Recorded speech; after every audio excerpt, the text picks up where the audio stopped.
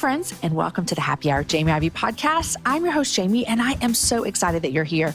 Every week, I invite a girlfriend to join me on the show, and we chat about the big things in life, the little things in life, and everything in between. Guys, today you're listening to episode number 153, and my guest is LaToria Wilson. LaToria and I met this past spring at the Sparrow Conference, which is in Dallas every year, where we were honored to share a stage together. I knew immediately that I wanted to have her on the show and introduce her to you guys. LaToria is a rapper who lives in Dallas, and I cannot tell you how important this conversation today that we had, how important it is, especially in the light of everything that unfolded this weekend in Virginia. LaToria and I have a very candid conversation about race, our journey with race, and what it is like to be a Black woman in America. I want to encourage you all to listen and take it in, to just listen. Her story and her words are so very valuable. And ladies, those of us that are not women of color, they are very important for us to listen to. At the end of our conversation, she gives me some great advice on raising my daughter's story. And I think that any parents out there are going to benefit from this advice as well. Guys, I want to encourage you to go find LaToria on Instagram. Her handle on Instagram is at LaToria Music. While you're there, look me up and let's be friends at Jamie Ivey. Also, guys, if this is your first time to listen, welcome. I am so glad you're here, and I hope you go back and listen to lots more happy hours. But if you've been listening forever, I want to ask a favor of you. Guys, if you're loving the show and you have never left a rating or review over on iTunes, I'm going to ask that you do that this week. I know you might hear us podcasters talking about ratings and reviews and think it's no biggie, but for real, it is. It helps other people find our show. So I'm going to do exactly what I'm asking you to do, and I'm going to go read a review over at the podcast that actually LaToria introduced me to at the end of this show, and I have been listening to it ever since she told me about it. I'm going to leave them a rating or review. And guys, would you do that for me? I want to thank you guys who have done that already. Some of the most recent reviews are so kind. Rebecca said, hands down a favorite. Love the guests, Jamie, and the open and honest conversations. I love the Jesus spiritual aspect and that real life stories are told and things aren't watered down. It makes me feel less alone in my often very messy yet looking for redemption life. Rebecca, that's my life as well. And then Harold Lovebird said, this is by far my favorite podcast. I'm currently binging on the entire collection and I'm on episode 91. You got so many more to go. I'm already dreading when I get caught up. I'm behind on all my other podcasts because I can't stop listening to this one. It's the perfect balance of wisdom, encouragement, humor, and fun. Great job, Jamie. Oh, that's so kind. So guys, will you go leave a rating and review, not to say kind words about me, but to help other people find the show. Okay, guys. Also, you need to know this. Stick around to the end of the show because LaToria is sharing some of her music with us. This might be the first time we've done this, so stick around. We're going to play some of her music at the end. Okay, friends, here is my conversation with LaToria Wilson. LaToria, welcome to the Happy Hour. Hey, Jamie. It's fun to have you here. And if we were to meet, because you're in Dallas, right? I am. Mm-hmm. We could meet in the middle, Waco, and have a real happy hour. Oh, that's true. Because you're in Austin, right? I'm in Austin, yeah. So just down the road. I know. Welcome so much to the happy hour. I am so glad that you are getting to come on to the show. I met you, I guess it was this past spring at the Sparrow Conference. Yep. Mm-hmm. Which I knew a small bit about the conference, and when I got invited to come do some stuff with them, it was a yes, no matter what, because I was so just excited to be a part of what they were doing. Sure. And then I was there, and I know that these are your people who put this on, so I'm just going to brag about them to you real quick. I was so impressed with the conference. So impressed. I mean, I loved the content. I loved the message. I loved the people on the stage. I loved the people who showed up. I just really liked it. So kudos to your friends for doing such a great job. Yeah, absolutely. Shout out to Rachel Joy. She's kind of the mastermind. She is. Behind it all. She is. Okay, so for people who don't know you, tell us a little bit about who you are real quick, and then we'll jump in. Sure. So my name is LaToria. I am born and raised Dallas, Texas. I am a Christian hip hop soul artist, media personality. I do some acting, some modeling, just kind of all things, the arts, so to speak. Love Jesus, love people, and I try to live my life out in a way that reflects the Father and impacts hearts and minds. I want to be you when I grow up. You sound like that's so awesome. Christian hip hop artist, please sign me up. Oh, that's actress? Not as glamorous as it sounds, Jamie. I promise you that. Okay, well, I want to start with a lot of places that you just said, but let's start there. Christian Okay. hip hop artists. Like, Sure. where did this come from? When did you find out you had a talent? Did anyone ever say this is a dumb job? Like, what did that look like for you, that journey?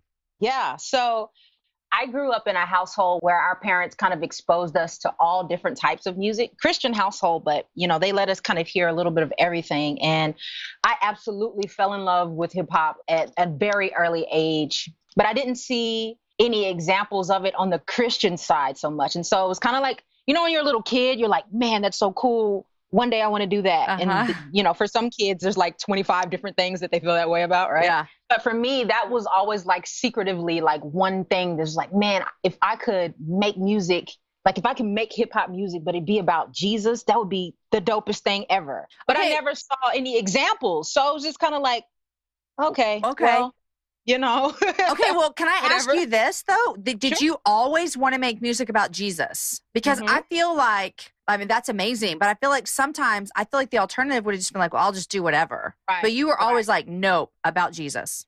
Yeah. I don't know. I can't even explain why that was. I can just remember, I think I might have been like in the 4th grade. And at an early age, decided that I wanted Jesus to come into my heart and into my life. And so I was about him even at an early age, but I was also absolutely about hip hop. Yeah. So for whatever reason, those two just combined, and I just counted God's sovereignty and him wiring me, for a reason that way. And I actually started pursuing a career in basketball because that was something that was tangible for me. And, getting a scholarship in a household with 5 kids was kind of important. And so I always still was a lover of music. But it wasn't until towards the end of my college career that I actually started pursuing music. So it's kind of something that came back full circle for me into adulthood. Yeah. Okay, so what year did you graduate high school? I'm going to see how old you and I are. I graduated from high school in 2001. Okay, so not that I'm a 96 graduate from high school, so not that far after me. So when you say you grew up loving hip hop, what did you love? So I can remember the moment that I fell in love with hip hop. I can't wait. I feel like I was maybe in the 3rd or 4th grade, and MTV was on. It was just kind of randomly on. And there was this show that used to come on called Yo MTV Raps. And Queen Latifah was on there, like during her early stages. She was just like killing it. And I was captivated. And it was in that moment, like, I was like, this is what I want to do with my life. I love it. I want to be Queen Latifah when I grow up. Literally, yes. Because it was just, like her stature and her countenance, and she was promoting, non-verbally self-worth, and she wasn't about being a sex symbol. It was all about her craft, and she commanded attention. It was so many different things about who she portrayed, what she portrayed, that I fell in love with and resonated with me being a young African-American girl. Yeah. So, well, I'm going to point out the obvious is that there probably were not many women that you could have looked up to in that role in hip hop, were there? I mean, I don't think there are now, and I would guess that there weren't then. Oh my gracious. No, there's always been a shortage. There's always been, it's definitely always been a very male dominated field and kind of lane and art form. So did that ever discourage you? It can be discouraging even now sometimes, but the Lord has kind of helped me reshape my perspective to see it as an advantage and as an opportunity to take people by surprise.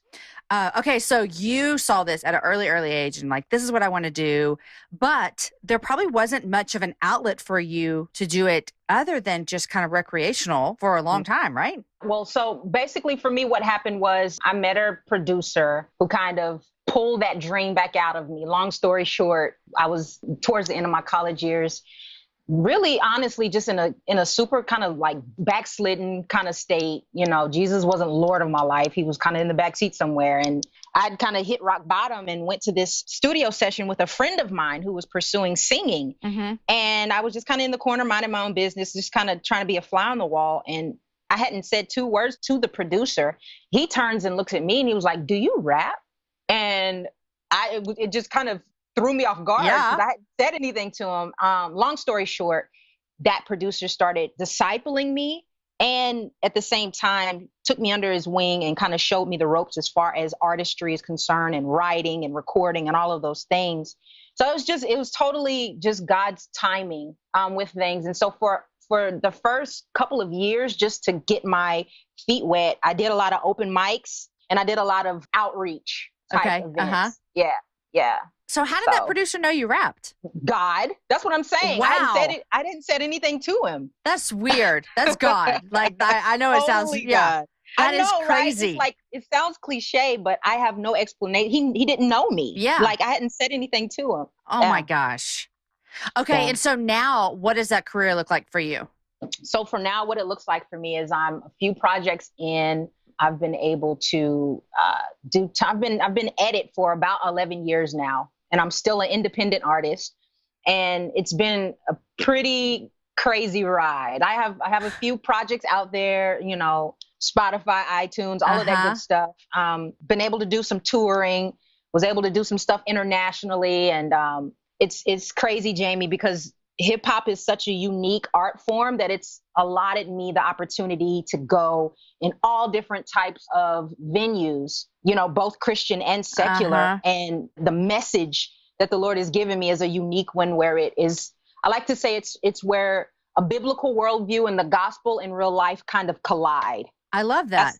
That's what my music is. And so it allows me to be really flexible. Yeah. So when you go into like a secular venue and you're doing what you do, not in front of a Christian audience, but you're bringing this like gospel worldview, what's your message? So I take the approach of life. I take the approach of what it feels like to be human, you know what I mean? And just kind of the state of humanity, you know what I mean? So how different situations and scenarios can make you feel.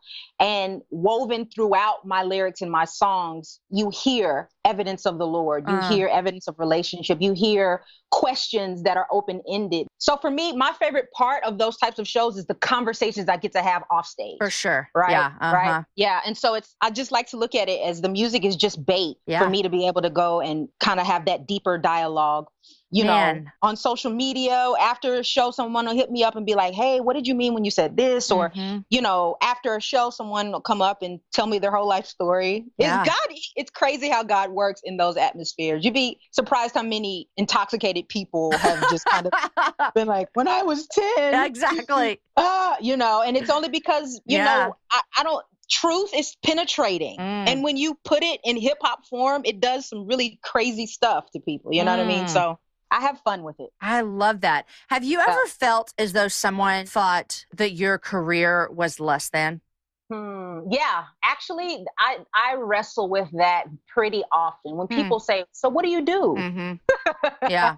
Because being a Christian female hip hop artist is not something that people normally know how to digest. And I mean, honestly, people just don't meet a lot of people that say that's their job. You know what I'm saying? So you're such a minority that I would see how it'd be hard for people to understand. So have you come to the other side of grappling with that, or is it still a struggle?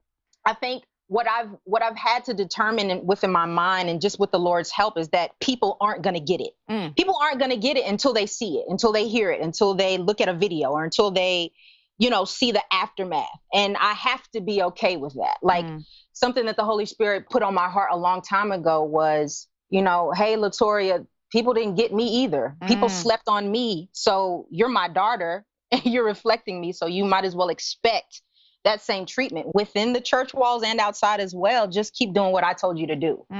That's good. That'll preach right there. Hey, you know, Jamie, some days, friend, that is a easier word than others. I hear you. Well, I'm telling you, as like just a mom who's raising kids who I want them to see like every aspect of careers with people who love Jesus within them. It's such a great encouragement to me as a mama to be able to point my kids towards music that glorifies Jesus and is still cool, if that makes sense. Yeah. You know? Yeah, it's my joy. It's my joy to do that. Yeah. We were driving, I was driving in the car today with my son Amos, who's 12, and he's Black. And we're I listen to podcasts all the time. It's just what I love to do.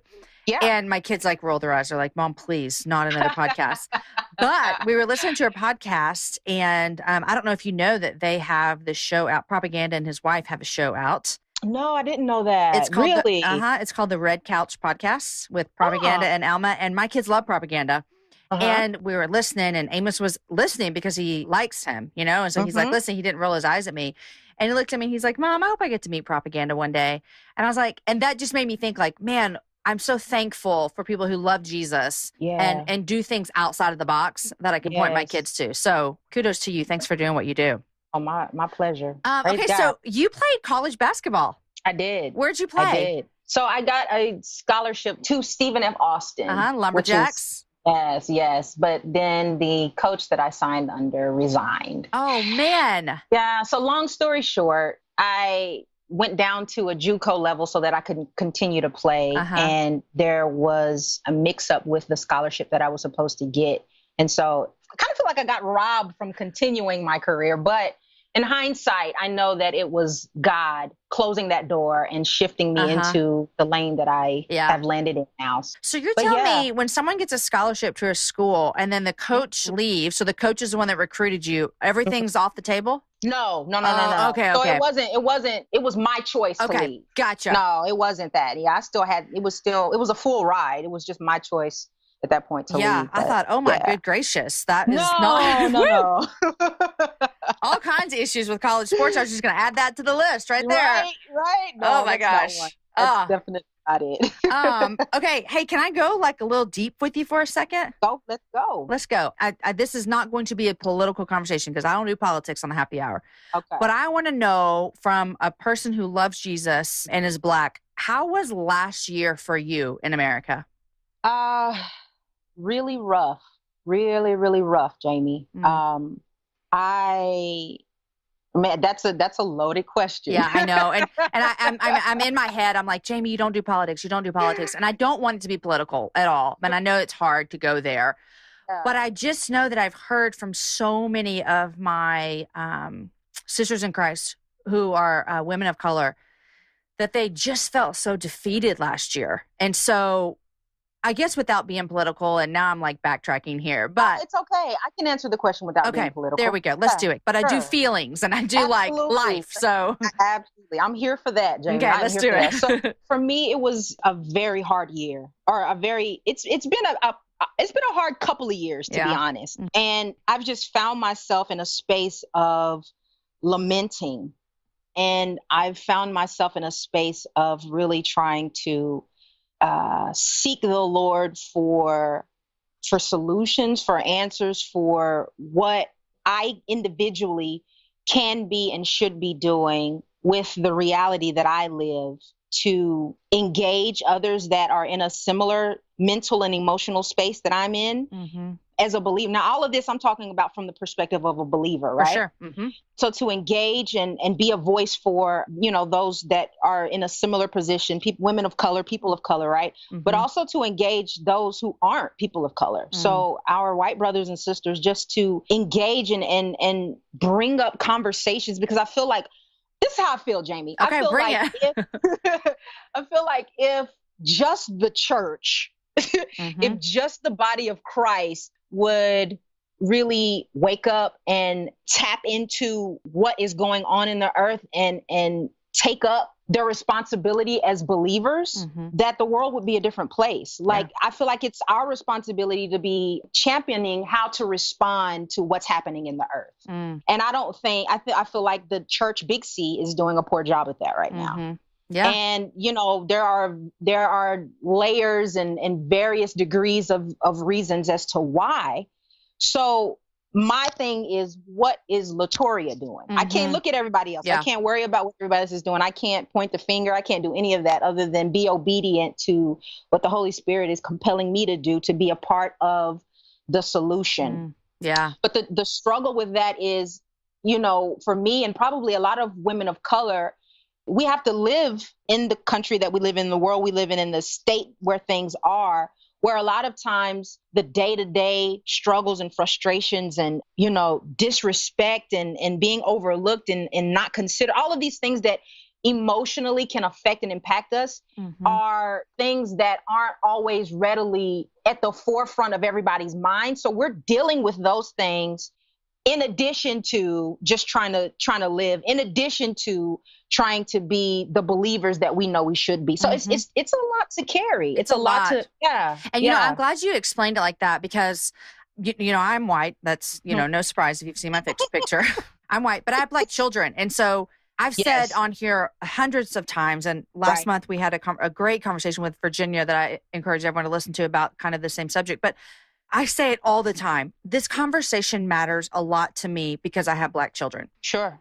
Now, I pray to God that it would still matter to me. But about a couple of years ago, when I first started in the racial reconciliation group that I was in with Tasha Morrison, I confessed that I don't know that it would. Yeah. You know? Yeah. And so when you explained it like that you say, we're dealing with this on top of just life, it's just an added layer that people who aren't people of color don't understand and don't have to deal with. And so what I always want to encourage is I want to encourage if people are listening and they don't know that struggle and they don't know it because they've never had to know it, you know? Right. It's called privilege. If they've been privileged and they don't know it, the thing I want people to know is just to hear it and trust it and believe it. Yeah. That's a big thing for me is like, I'm tired of people saying it can't be that bad. Right. Right. And so I just encourage people who aren't people of color that are listening to go, you know what? My sister in Christ, LaToria, is saying this. I'm not going to doubt it. I'm going to believe it.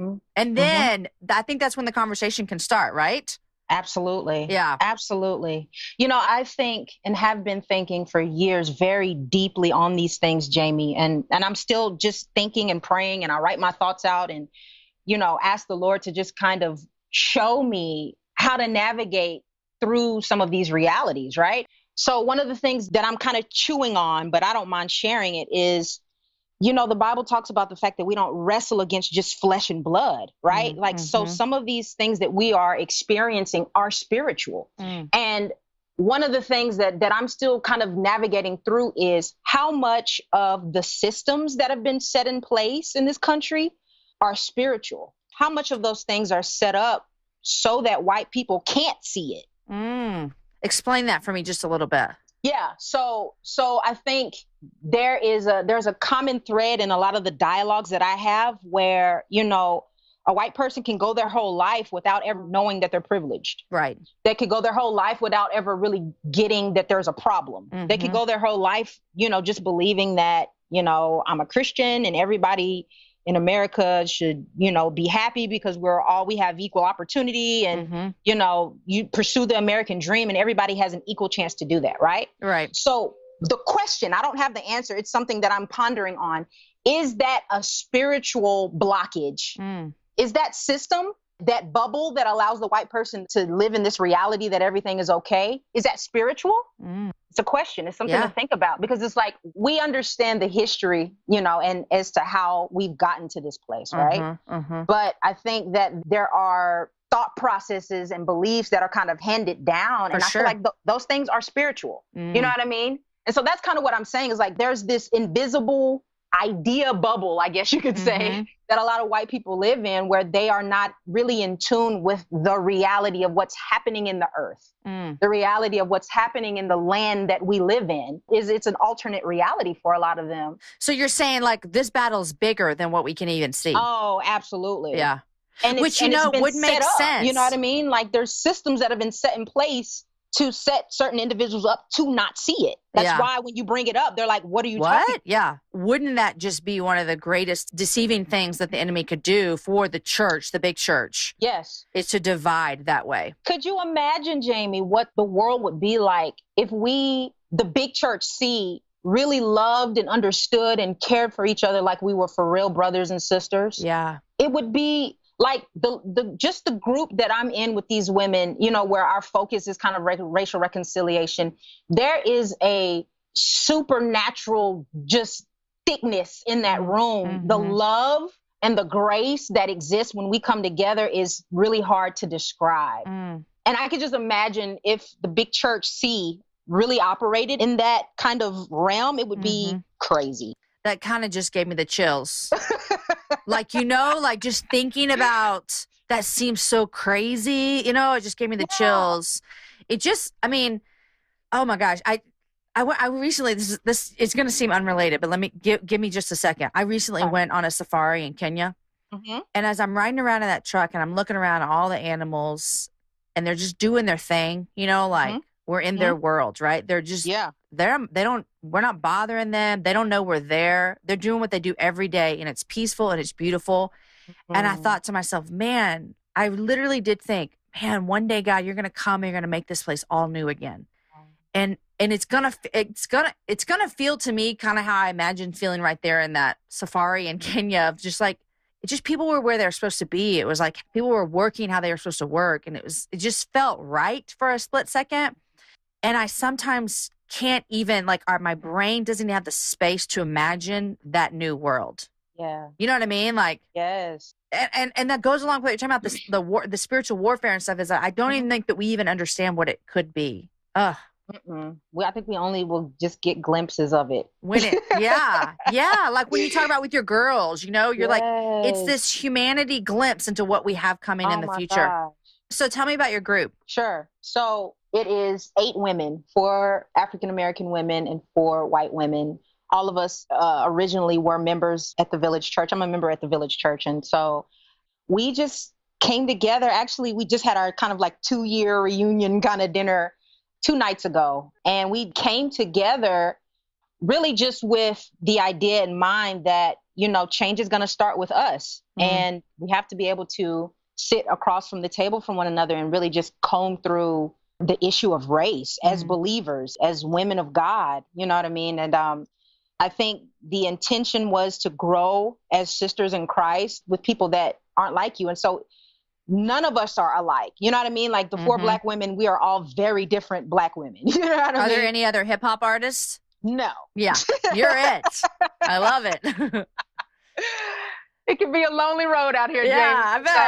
I bet.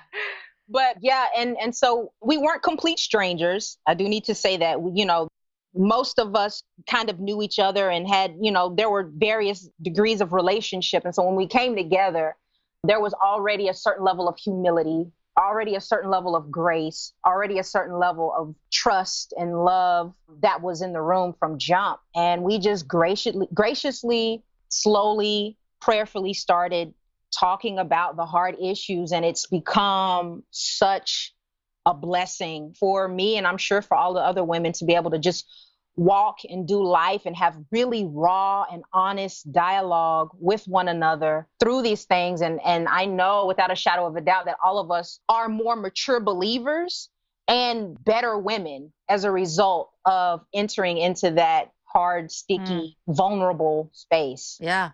It is a hard space to go in. What kind of feelings does it bring up in you when you feel as though you're sitting across the table from someone who's white and they listen? I usually have mixed emotions. And so the primary feeling is usually gratitude. A thought that crosses my mind often is, man, Jesus is real.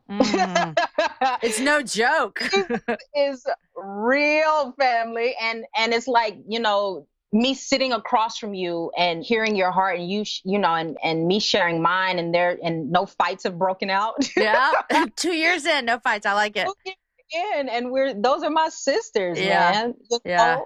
I will say that the reality of kind of what we were talking about, of just that privilege to not know some of the realities that women of color know, it can be disheartening, honestly. It can be frustrating, and it's not towards those women. It's just, I know that they represent a whole slew of other people who are kind of in that same space, who aren't having these conversations. Yeah. You know what I mean? And so that can get heavy, Jamie. It can get real heavy, just going, living day to day. And for me, like, I still have a part-time corporate gig that I do, and being, one of the few people of color there, and just some of the things that you hear in the world where people don't consider their privilege or another perspective other than their own, it can get pretty heavy, Yeah. I feel like anytime, and I by no means am related any of this to growing up Black in America, but I can feel like anytime you're the minority in whatever it is,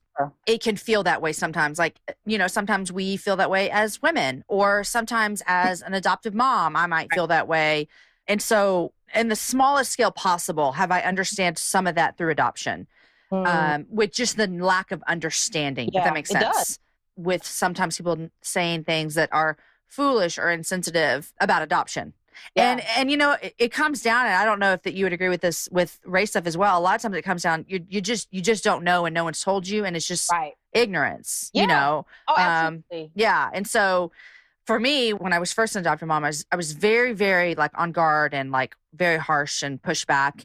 And now I look at things more like, man, I want to tell you so you don't ever say that again. Like in the kindness of my heart, I want you to know that that's not okay. Absolutely, Jamie. I land in the exact same space by God's grace. Exactly. 100%. Yes. It's only by God's grace. 100%. Like, shame on me if I let you in my presence say something crazy or say something that's hurtful or disrespectful, and I don't bring that to your attention, then, Yeah. And I want to know, I mean, I've had, I remember when one of my best girlfriends, her daughter has special needs, and just learning the correct verbiage to talk about her daughter and her disabilities. I'm so thankful that she told me, Yes. I don't want to be walking around saying insensitive things. So right. Me either. Well, I think what happens usually when we have these discussions about anything that someone might be listening and think, man, I wish I could be a part of some, like that. I'm going to put a link.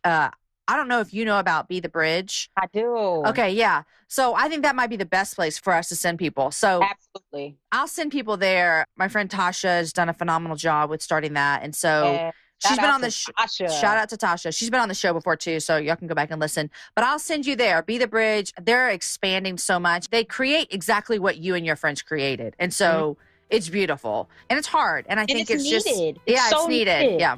Like if you're a believer and you're not pursuing a space like that, I would just challenge you, get on it, man, because that's part of being the hands and feet of Jesus. Yeah, it's so your good. Peers and, people watching you need to see you doing that. I love it.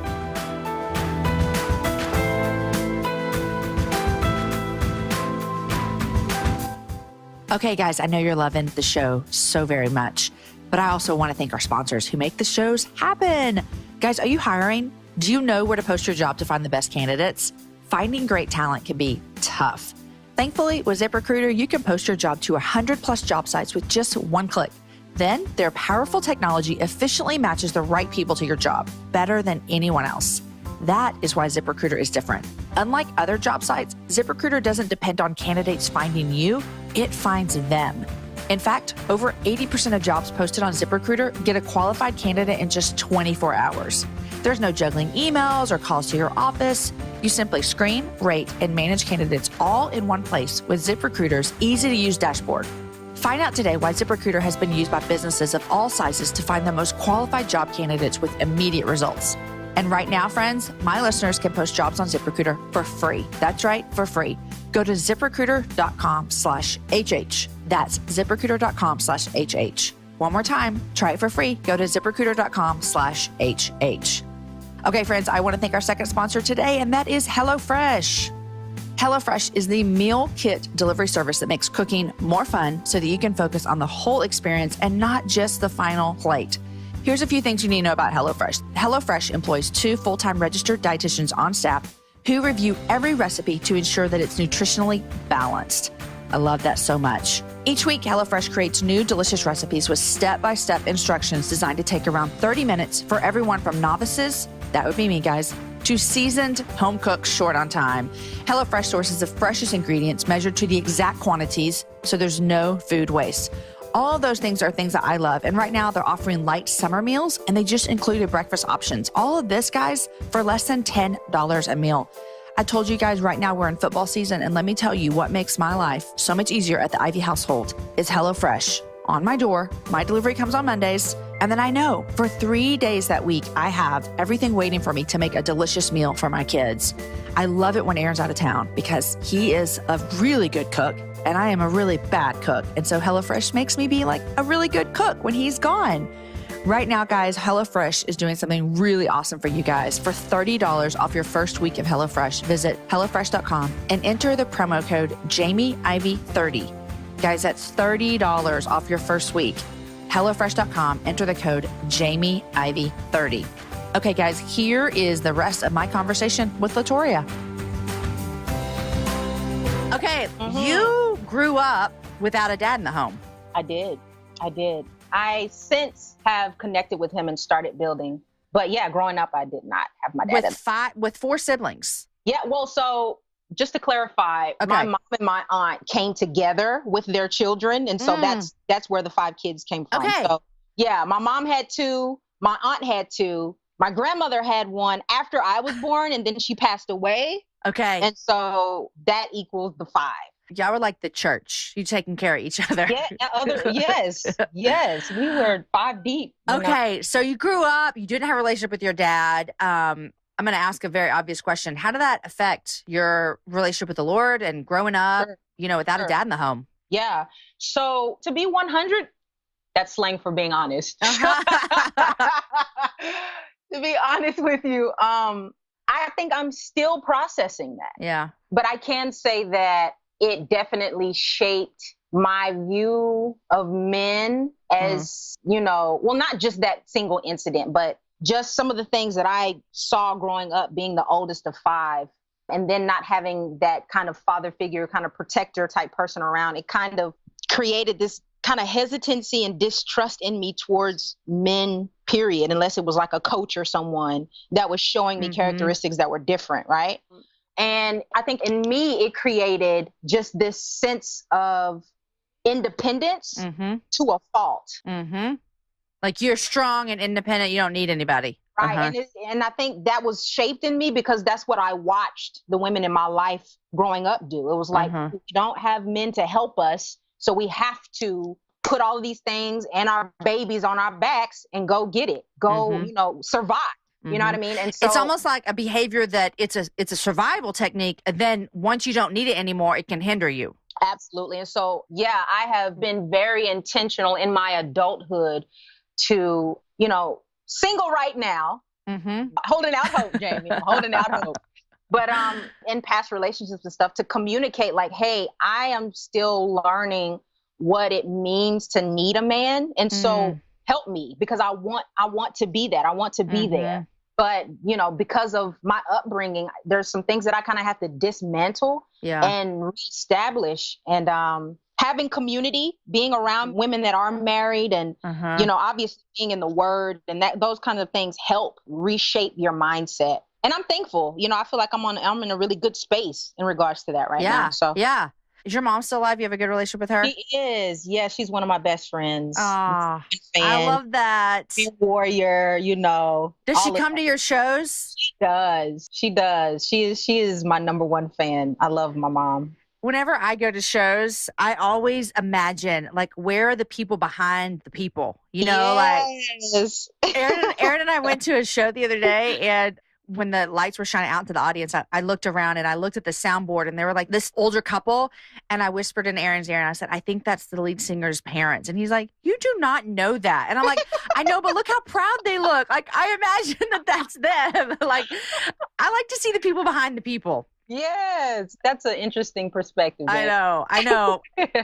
I remember one time I used to work at a country radio station here in town. And so I was at a concert and I was backstage. So I was watching like side stage. Yeah. And I was more like into watching the wife like proud of her husband than I was at the show. Like, I don't know. I just love that.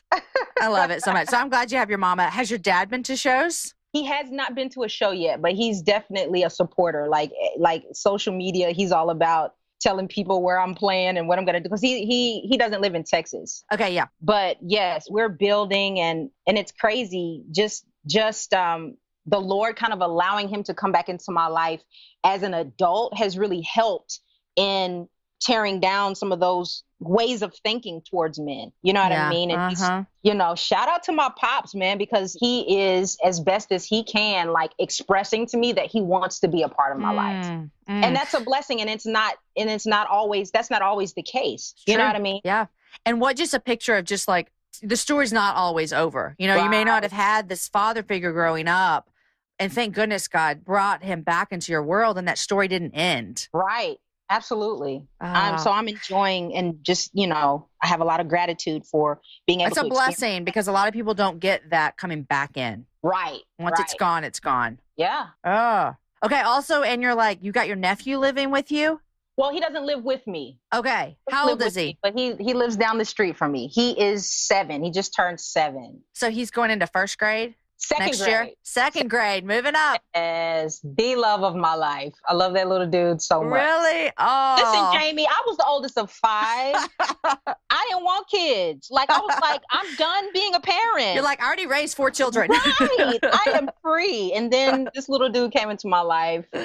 And Oh. I might want a little boy now. I don't know about little girls. I know Hey, let me tell you. But, I'll tell you this. I would take 7 boys over like 2 girls any day.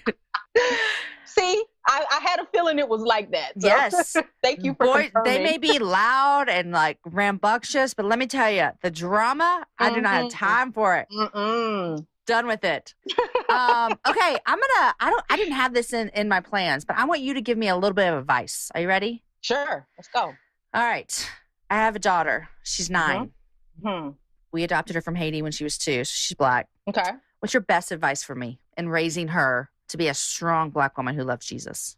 I think my best advice for you would be to make sure that she is exposed to examples of that. And I think it's important for her to see the work that you're doing and the intentionality that you have around the subject of racial reconciliation and how Jesus feels about that.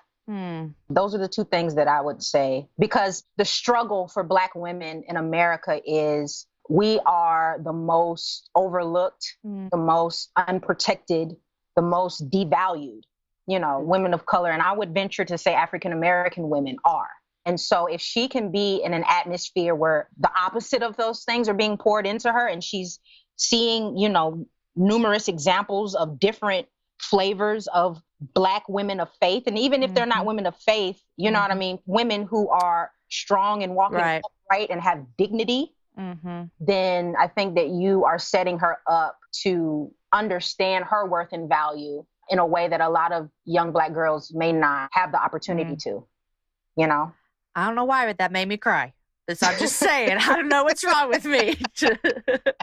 Well, it's just your baby girl. It's my baby girl. And the reality of the Black woman's plight is something that's real to you. Yeah. And it is. I'll just be pretty honest and vulnerable right here. It is, but I don't think about what you just said a lot. Like, honestly, I don't. And that's because I don't have to, there it is again. But it's not on the forefront of my mind every day, the hardships that it is to be a woman of color in America. And so it's good for me to be reminded of that. It really is. Amen, Jamie. Amen. Well, thank you for that. Because you know what? I'll tell you what, raising kids is like the hardest thing in the world. Like it is the hardest. It is the hardest job I've ever had. It's the hardest job I'll ever had because it feels so weighty, and it is. There's a lot of responsibility there, right? I mean, you raised 4 kids, right, LaToria? There's a lot of responsibility. Yeah, exactly. Yeah. So it's hard work, but I'll tell you, and I have a feeling there's some other women who are white that listen to this that have children of color. There is an added pressure on that. And there should be, and so I don't take that lightly. So thank you for sharing that with me. Okay. Thank you for asking, Jamie. Man, I'll take there's such humility in that. I want it. Let me tell you, I have been in Walmart one too many times and had Black women just throw product into my cart and make me buy it. No, I'm thankful. Thank you. It doesn't happen to me much anymore, but I tell you, when I first brought a story home, I'm not kidding. There was one example. I'll tell you this. It's kind of funny. And we ran into Walmart, and she was probably 3. So we're running into Walmart before a soccer game. Now, this is what I've learned. We've had the same hairdresser for her for 5 years. So I love Gwen. I'm never losing Gwen. I'll tell you that much. Yeah. So I've talked with Gwen about this before. And here's the deal. Is here I am white and my daughter's Black, and both of our hairs look a mess. Like mine probably hadn't been combed. Hers was needing to be done. I mean, we were a wreck, right? Right. Is life. And these sweet ladies, they were so kind because people can be unkind. These ladies were so kind. And they're like, would you like some help? And I was like, I didn't feel like I needed help because it was just, we hadn't done anything for that day. I mean, I was just like, give me a break. We just woke up. Yeah. But I was like, yeah, sure. And so I'm not kidding you. I was at $55 in Walmart. When I ran in to get like a bottle of water or something. And I come out with all this product. I come outside and Aaron's like, what were you doing? I was like, I got some more hair product. Like I just got some product. But I talked to my friend Gwen, who does Story's hair all the time, and I was like, man, there is a responsibility if you're white and you have a Black daughter, because I am held to a bigger standard, because there are many Black children who have Black moms whose hair looks worse than Story's, and no one says anything to them. No. But it's okay. I get it. I am not complaining. But Gwen and I laugh about that all the time because she's like, Jamie, people in here, their hairs look worse than Story. You're fine. You know, or I used to feel guilty for not learning how to do Story's hair. Like I take her every 3 weeks. We get it braided, all kind of stuff. I mean, you know, I used to feel guilty about that. Like, oh man, I should just like, I don't have the time. Like, I don't have time to do my own. I get my hair cut once a year, LaToria. I don't have time for hair. Yeah. But I told Gwen about it, and she's like, Jamie, listen, a lot of Black women don't know how to do their daughter's hair. They bring them to the salon. I was like, oh, thank you, Gwen. She made me feel better. So anyhow, I don't know where I got off on hair. Nah, girl, hair is a big deal. Your hair is beautiful. Thank you. But you know, I was raised like my mom and my aunt. It was another thing. It was just like they were do-it-yourself women before do-it-yourself was a thing. Yeah. So braids and, you know, having your hair pressed and, you know, all of those things I just learned from watching them. And being an artist, like, and I'm independent, like a hairdresser and a makeup artist is no money for that. Yeah. Right. Yeah. But thank you. But yeah. I think as long as you keep your daughter's hair done and, you know, her appearance up and all those things, and people like Gwen in her life, you're going to be straight. I love Gwen. People all the time out here are like, did your mom do your hair? She's like, no, Gwen. I was like, I do not even care. It don't matter. It does not matter. Good, right? That's right. That is right. Shoot, you took her to get it done. Yeah, exactly. Okay, LaToria, here's where I ask my guests what they're loving and what they're reading. So what are 3 things you're loving? Okay. 3 things that I'm loving. So speaking of podcasts, there's a newer podcast that's out right now called Truth's Table. I don't know if you've heard of this. Someone just told me about this today, and I just subscribed today. Yes. That is going to be so helpful for you, Jamie, raising a Black daughter, because it's 3 Black women, and they're just, you know, speaking very freely, very candidly about their experiences as Black women of faith. Brilliant women. Okay. Brilliant women of God. Like, they make me want to mentally, you know, just read 5 more books a year.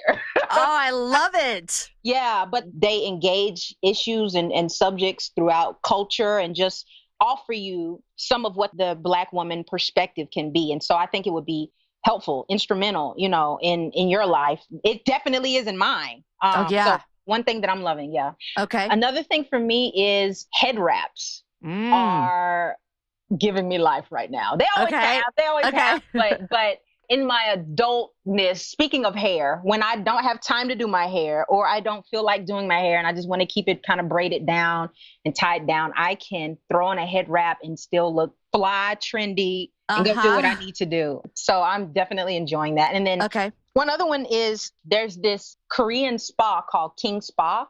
And they have them at different locations throughout the country, but I know there's one here in Dallas, and basically it's just a spa where you go and they have like all these different saunas and hot tubs where you can just go and kind of like detox, and you just go and check in. You can spend like a whole 24 hours in there if you want to, and it's just whenever I am tight and wound up and need somewhere to just go relax and escape without going on a vacation. You go there. I go there. And I have... Man, I need to find if there's one here in Austin. Yeah. Just Google it. It's called King Spa. Kings? Like king and queen? Yeah, like King and then spa. Okay. It's really good. I need that in my life. It says it's in Dallas. Is that where you go? Yeah. I go to the one in Dallas. But I thought they had one... Okay. I'll look around. Don't worry. It might be something similar, because I know that's one version of those types of spas that are out there. So even if King Spa isn't one, they may. Austin. No, I think I found it. Okay, I was gonna say Austin seems like the type of place that would have something like that. Okay, all right, I'm gonna look for it some more. Okay, spa wraps the podcast. Thanks for telling me a podcast. I love when I hear podcasts. Yes. Okay, are you a reader? I am. I don't get to read as much as I would like, but it's the older I get, the more into reading I become. Yeah. What are you reading?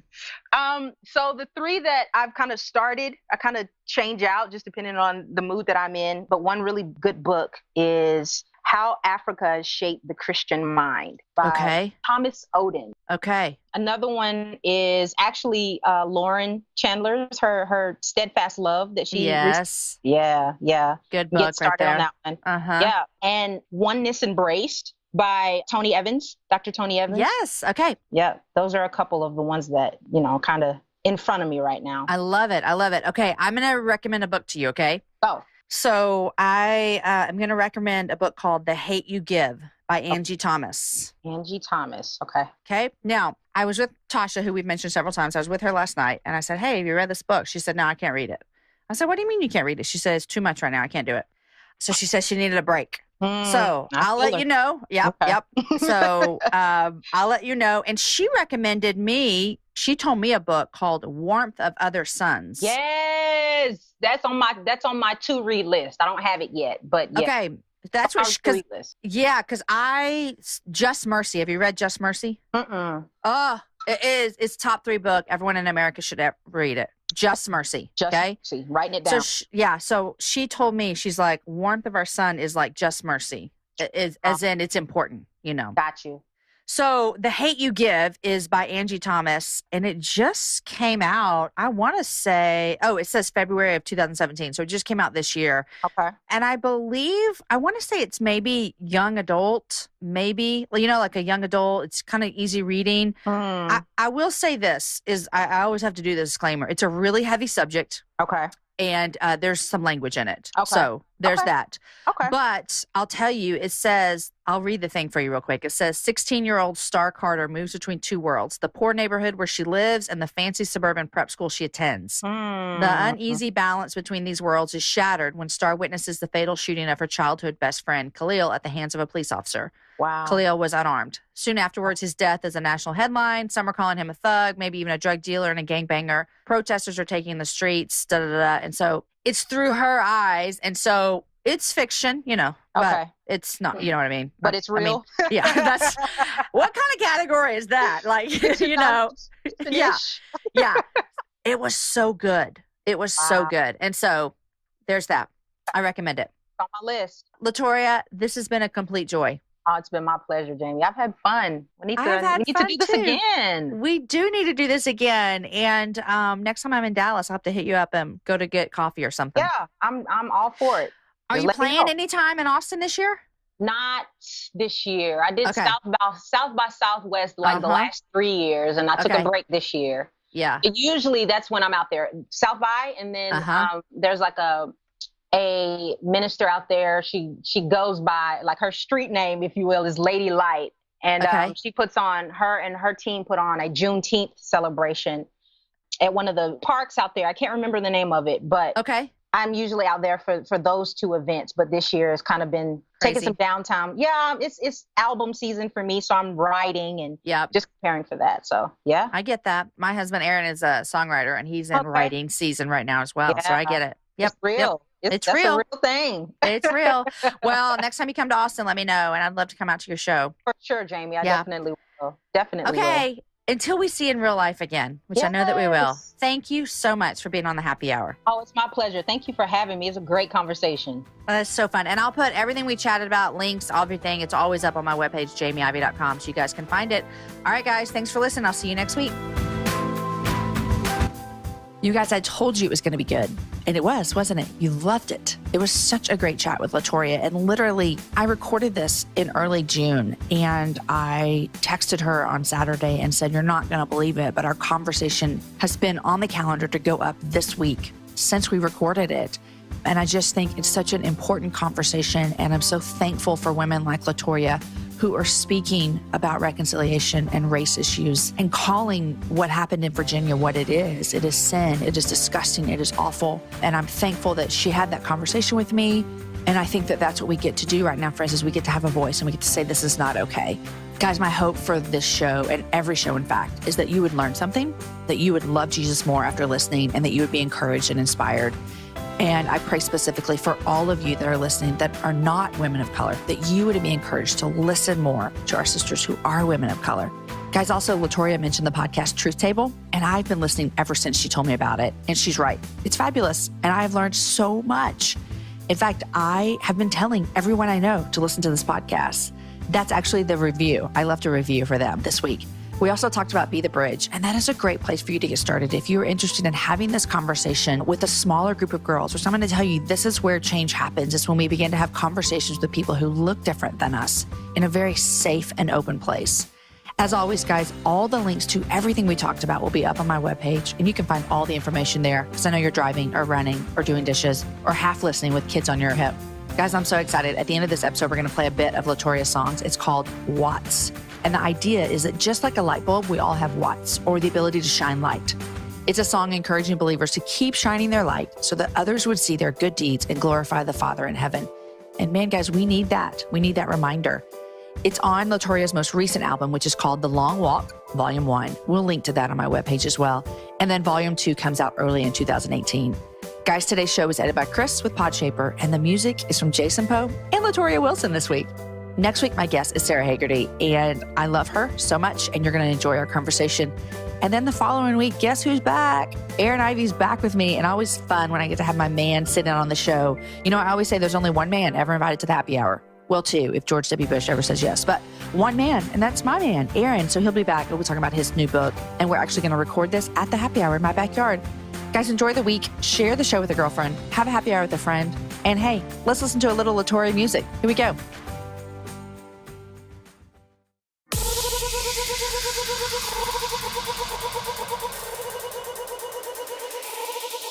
Bring the bass. That bass. Let's work. It's getting dark. Time to turn the lights on. It's getting dark. Time to turn the lights on. Time to turn the lights on. Turn them lights on. Turn them lights on. And this is how it goes. Shining my light. Watch. Shining my light. Watch. Shining my light. Watch. Shining my light. You can't turn my light out. You won't turn me out. You can't turn my light out. You won't turn me out. You can't turn my light out. You won't turn me out. You can't turn my light out. My light out. Shining my light. Watch.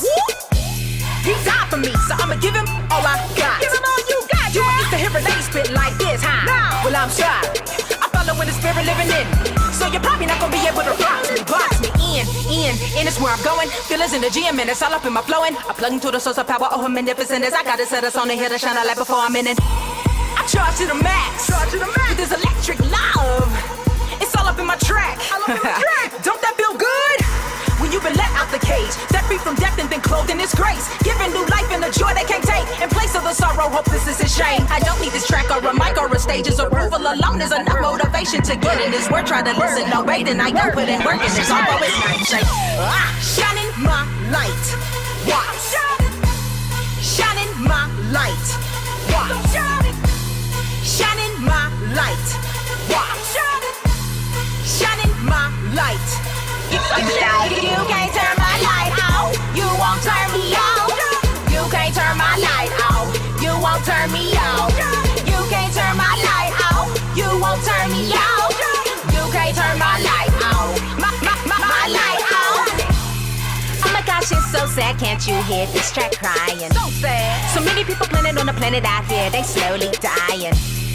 Withering away cause they ain't been exposed to much sunlight. And oh, you got that light in you, got that light in. Hey, it's time to start blinding. Time to start grinding. Exposing the things that are dark. With your demonstrations and your interactions, you reflect the heart shape of God. Time to get started, believer. These hurting people out here need you. Whether you're at work or play, have an answer in place. And remember what you're supposed to be doing. Remember what you're supposed to be doing. Time to turn the lights on. Remember what you're supposed to be doing. Time to turn the lights on.